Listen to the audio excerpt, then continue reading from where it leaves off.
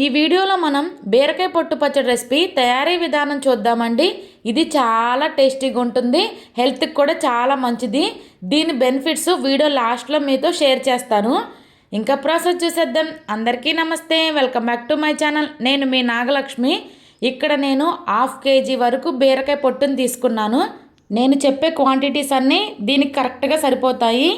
ఇప్పుడు పొయ్యి మీద ఇలా కళాయిని పెట్టుకొని దానిలో ఆయిల్ యాడ్ చేసుకోవాలి. ఆయిల్ హీట్ అయిన తర్వాత దీనిలోకి పచ్చిశనగపప్పుని 1.5 స్పూన్ వరకు యాడ్ చేసుకోవాలి. ఇందులోనే సాయిగుళ్ళని 1.5 స్పూన్ వరకు యాడ్ చేసుకోవాలి. ఇంకా వీటిని చక్కగా కలుపుకొని కొద్దిగా వేగనివ్వాలి. ఇవి కొంచెం వేగిన తర్వాత దీనిలోకి 1 స్పూను ధనియాలని యాడ్ చేసుకోవాలి.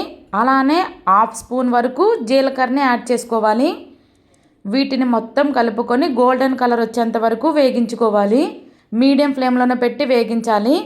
ఇంకా ఇవి ఈ విధంగా వేగిన తర్వాత వీటిని తీసి పక్కన పెట్టేసుకోవాలి.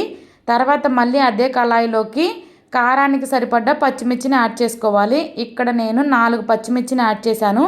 ఇవి కారం పచ్చిమిర్చి. ఇంకా వీటిని కలుపుకొని ఈ విధంగా వేగనివ్వాలి. వేగిన తర్వాత వీటిని తీసి పక్కన పెట్టేసుకోవాలి. మళ్ళీ అదే కళాయిలోకి ఇక్కడ బీరకాయ పొట్టుని చిన్న చిన్న ముక్కలుగా కట్ చేసి శుభ్రంగా కడిగి ఇందులో యాడ్ చేసుకోవాలి. ఇంకా యాడ్ చేసుకొని వీటిని చక్కగా కలుపుకుంటా వేగనివ్వాలి. ఇక్కడ ఇది మీడియం ఫ్లేమ్లోనే పెట్టి వేగించుకోవాలి.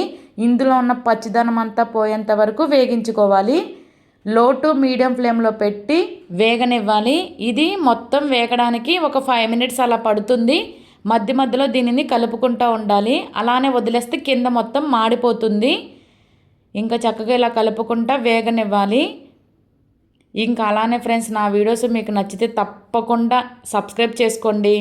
ఇంకా బీరకాయలు ఈ విధంగా వేగిన తర్వాత దీనిలోకి ఒక గుప్పుడు కొత్తిమీరని యాడ్ చేసి ఈ రెండిటిని చక్కగా కలుపుకొని వేగనివ్వాలి. ఒక 2 minutes అలా ఇలా కలుపుకుంటా మొత్తం కలిసిన తర్వాత ఒక 2 minutes వేగనిస్తే సరిపోతుంది.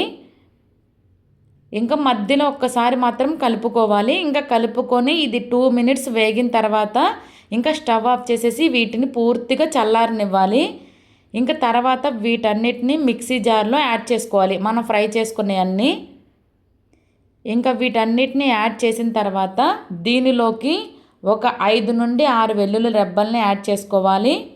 అలానే ఒక చిన్న నిమ్మకాయ సైజ్ అంతా చింతపండుని శుభ్రంగా కడిగి ఇందులో యాడ్ చేసుకోవాలి. అలానే రుచికి సరిపడినంత సాల్ట్ని యాడ్ చేసుకోవాలి. ఇక్కడ మీకు అవసరం అనుకుంటే వాటర్ని కాచిన నీళ్ళని యాడ్ చేసుకోవాలి. ఇంకా వీడియోలో చూపించిన విధంగా ఈ విధంగా మిక్సీ పట్టుకోవాలి. ఈ స్టేజ్లోనే సాల్ట్ అడ్జస్ట్ చేసుకొని ఇలా ఒక బౌల్లోకి తీసుకోవాలి. ఇప్పుడు ఈ పచ్చడికి తాలింపుని పెట్టుకుందాము. పొయ్యి మీద ఇలా ఒక చిన్న కళాయిని పెట్టి దానిలోకి ఆయిల్ యాడ్ చేసుకోవాలి. దంచిన వెల్లుల్లి రబ్బను ఒక 2 నుండి 3 వరకు యాడ్ చేసుకొని వీటిని కొద్దిగా వేగనివ్వాలి. వేగిన తర్వాత దీనిలోకి తాలింపు దినుసులను యాడ్ చేసుకోవాలి. జీలకర్ర ఆవాలు 1/2 స్పూన్స్ వరకు, అలానే సాయిగుళ్ళు పచ్చిశనగపప్పు 1/2 స్పూన్స్ వరకు యాడ్ చేసుకోవాలి. కొంచెం వేగిన తర్వాత దీనిలోకి కరివేపాకుని యాడ్ చేసుకోవాలి. కరివేపాకు వేగిన తర్వాత ఇంకా ఎండుమిర్చిని యాడ్ చేసి ఇంకా మొత్తం తాలింపు వేగిన తర్వాత ఇంకా స్టవ్ ఆఫ్ చేసేసి ఈ తాలింపుని మన పచ్చళ్ళలో యాడ్ చేసేసుకోవాలి. ఇంకా ఈ విధంగా యాడ్ చేసేసుకోవాలి. ఇంకా యాడ్ చేసుకున్నాక అంతేనండి, టేస్టీ బీరకాయ పొట్టు పచ్చడి రెసిపీ రెడీ అయ్యింది. చాలా టేస్టీగా ఉంటుంది.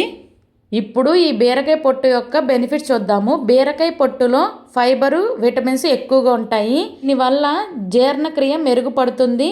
అలానే బరువు తగ్గడానికి కూడా సహాయపడుతుంది. చర్మ ఆరోగ్యానికి కూడా మంచిది. అలానే రక్తంలో చక్కెర స్థాయి తగ్గడానికి సహాయపడుతుంది. ఫిట్స్ కూడా విన్నారు కదండి, చాలా మంచిది. ఒక్కసారి ఇలా ట్రై చేయండి, మీకు తప్పకుండా నచ్చుతుంది. అలానే ఈ వీడియో నచ్చితే ఒక లైక్ చేయండి, మీ ఫ్రెండ్స్ అండ్ ఫ్యామిలీకి షేర్ చేయండి. ఇలాంటి టేస్టీ అండ్ సింపుల్ రెసిపీస్ కోసం నా ఛానల్ని వెంటనే సబ్స్క్రైబ్ చేసుకోండి. Thank you for watching. Bye bye.